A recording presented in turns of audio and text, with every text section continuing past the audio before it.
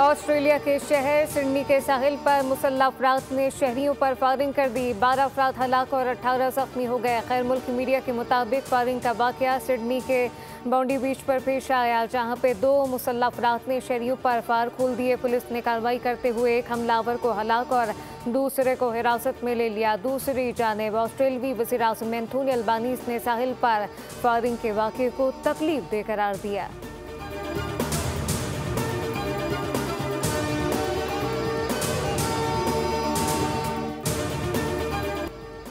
साबिका दौरे हुकूमत में मामलात फैज़ हमीद, जनरल बाजवा और बानी PTI की मर्जी से ही चल रहे थे। कमर जावेद बाजवा मुझ पर झूठे मुकदमे के जिम्मेदार थे। वज़ीर आज़म के मुशीर राना सनाउल्लाह का दावा। कहा कि एक ब्रीफिंग के दौरान जनरल बाजवा और फैज़ हमीद से बात हुई।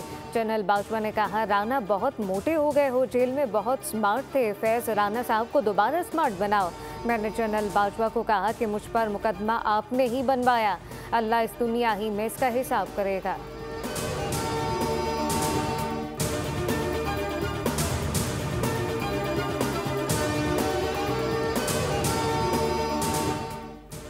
मार के हक में पाकिस्तान की जीत तारीख का सुनहरी बाब है। हमारी फौज की मेहनत ने ये तारीखी फतह दिलाई। वज़ीर दिफा ख्वाजा आसिफ का सियालकोट में तकरीब से खिताब। कहा कि हमारा सबसे ज़्यादा मजबूत रिश्ता वतन की मिट्टी है।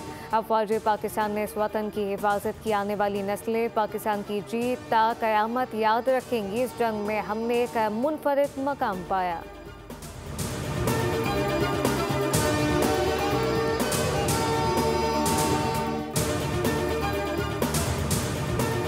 है। और एक चीज ज़हन में रखिएगा, जो ये फैसला आया ये इख्तियारात से तजावुज का फैसला था। ये बगावत का केस, ये फॉरेन फंडिंग का केस, करप्शन के केसेस ये तो अभी चल रहे हैं, अभी तो उनके फैसले आने हैं। ये तो अभी आगाज हुआ है।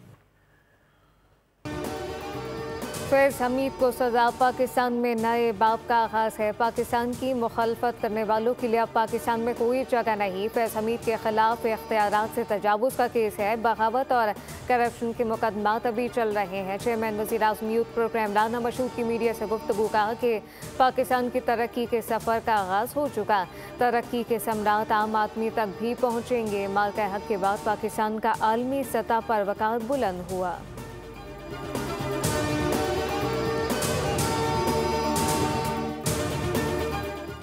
पाकिस्तान का सोशल मीडिया को दहशतगर्दी से पाक करने का फैसला। दहशतगर्दों के अकाउंट बंद करें या कार्रवाई के लिए तैयार रहें। तलाल चौधरी ने शरपसंद सरगर्मियों के ठोस शवाहिद पेश कर दिए। वॉशिंगटन पोस्ट के मुताबिक पाकिस्तान में फितनौल हिंदुस्तान, BLA और फितनौल खवारिज TTP दहशतगर्दी में मुलविस हैं।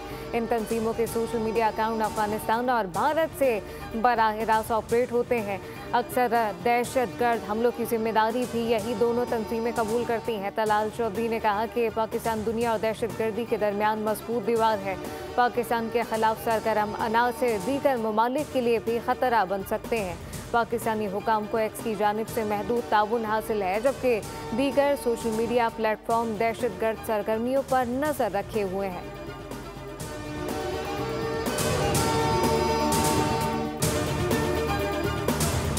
तालिबान रेजीम की जानिब से बकराम एयरबेस पर फौजी साजो सामान की तैयारी का प्रोपेगेंडा अमरीकी जरीदे ने बेनकाब कर दिया। वाशिंगटन पोस्ट के मुताबिक तालिबान रेजीम की बकराम एयरबेस पर जंगी तैयारों और बख्तन बंद गाड़ियों की तैयारी में कोई हकीकत नहीं। तालिबान रेजीम ने नाकारा तैयारों और बख्तर बंद गाड़ियों को रंगो रोगन करके खड़ा कर रखा है।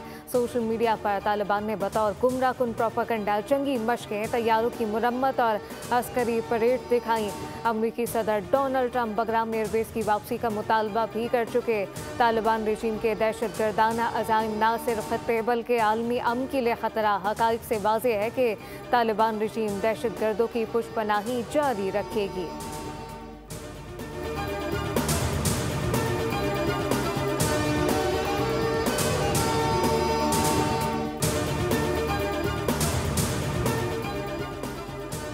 पाकिस्तान को मार के हक में कामयाबी हासिल हुई। दहशतगर्दी के खिलाफ जंग में पाक फौज की बेपनाह कुर्बानियाँ हैं। पाक फौज और इदारों के खिलाफ मुहिम की भरपूर मसम्मत करते हैं। मौलाना ताहिर अशरफी कहते हैं, पाकिस्तान का आईन और कानून सबको बराबर हुकूक फराहम करता है। हमें सच और हक का साथ देना चाहिए। पाकिस्तान का दिफा महफूज हाथों में है। मुल्क की सलामती के लिए उल्मा अपना किरदार अदा करने के लिए मुकम्मल तौर पर तैयार हैं। पाकिस्तान में दहशतगर्दी और जाहिरियत हरगिज़ कबूल नहीं। मजहबी सियासी जमातें मिल बैठ कर कौमी सलामती पर मुश्तरका मौक़िफ़ अपनाएं।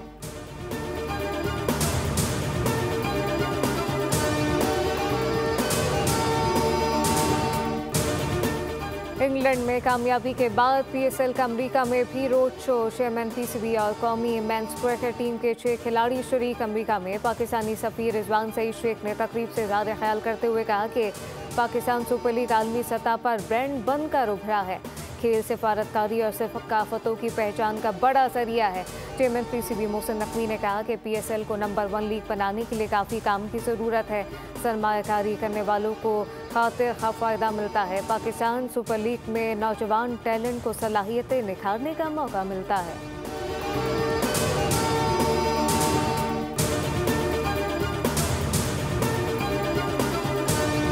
पहले इस इंडस्ट्री को कंट्रोल करना है और बाद में स्केल करना है, जो पाकिस्तान फर्स्ट अप्रोच है। आज पाकिस्तान दुनिया के टॉप 3 क्रिप्टो अडॉप्शन कंट्रीज में शुमार है। अंदाजे के मुताबिक 30 से 40 मिलियन क्रिप्टो यूजर्स हैं पाकिस्तान में। ये बगैर किसी रेगुलेटरी फ्रेमवर्क, बगैर किसी क्लासरूम, बगैर किसी एजुकेशन के उन्होंने ये इंडस्ट्री को अडॉप्ट कर लिया। इसमें एक बहुत अच्छी चीज ये है कि हमें पता चलता है हमारी यूथ वर्ल्ड क्लास है, बट क्या हमारे सिस्टम्स वर्ल्ड क्लास है? क्या हमारी रेगुलेशंस वर्ल्ड क्लास है? जब अवाम इतनी सिस्टम के अंदर है तो क्या स्टेट का बाहर रहना समझदारी है? इनोवेशन को आप इग्नोर नहीं कर सकते। पाकिस्तान की तारीख में पहली बार आलमी एक्सचेंजेस के लिए मुनज़्ज़म शफाफ आलमी मयार का रास्ता खुल गया। ये इक़दाम नई सोच की अक्कासी और इदारा जाती तब्दीली है। वज़ीर आज़म के मामले खुसूसी ब्लॉकचेन और क्रिप्टो बिलाल बिन साकिब की न्यूज़ कॉन्फ्रेंस कहा कि बाइनेंस और HTX को NOC का इजरा नई सोच का अमली कदम है। फ्रेमवर्क के तहत एंटी मनी लॉन्ड्रिंग, दहशतगर्दी की माली मामलत की निगरानी मुमकिन होगी।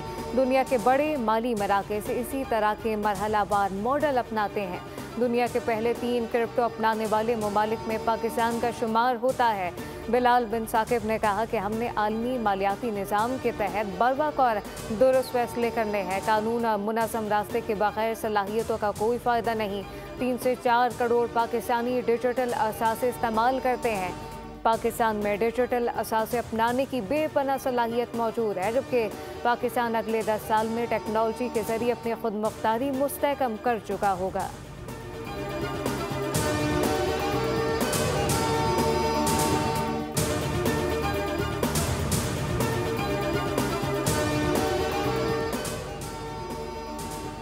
IMF प्रोग्राम में कोई नई शर्त शामिल नहीं। IMF पॉलिसी को नई शराइत समझना हक़ाइक़ से बेखबरी है। वज़ारत ख़ज़ाना ने तरदीद कर दी, कहा कि memorandum of economic and financial policy में शामिल इक़दाम कोई नई अचानक आयद की गई शराइत नहीं, बल्कि पहले से तयशुदा इस्लाहाती एजेंडे का तसलसल है।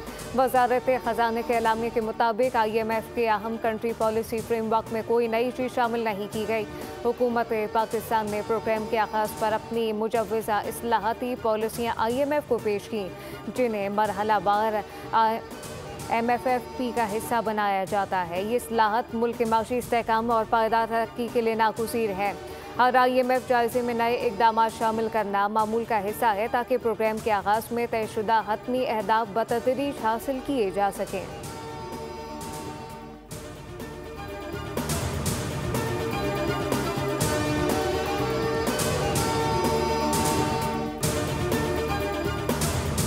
कराची के इलाके नाज़िमाबाद में पुलिस का छापा। जवाद और मुल्ला शाहज़ेब नामी भत्ताखोर गिरफ्तार। गुज़िश्ता हफ्ते एडिशनल IG कराची की जानिब से टीम तश्कील दी गई।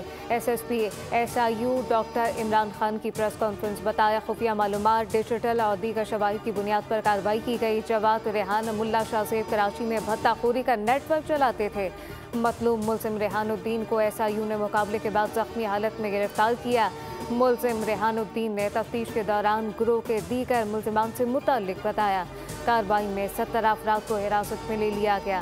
8 मुल्ज़िमान का साबिका क्रिमिनल रिकॉर्ड मिला है। सरबत एजाज कादरी को गिरफ्तार नहीं किया गया, ना ही वो मतलूब थे।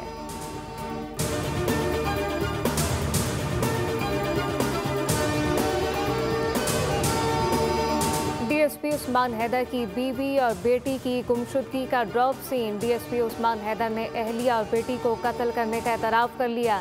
डीआईजी ज़ीशान रज़ा के मुताबिक डीएसपी उस्मान हैदर ने बीवी और बेटी को फायरिंग करके कत्ल किया। उस्मान हैदर ने अगवा की एफआईआर थाना बुर्की में दर्ज करवाई थी, जबकि डीएसपी उस्मान हैदर ने एक माह कबल बीवी और बेटी के अगवा का मुकदमा दर्ज करवाया। पुलिस ने बेटी की लाश काहना और बीवी की लाश शेखपुरा से बरामद कर ली।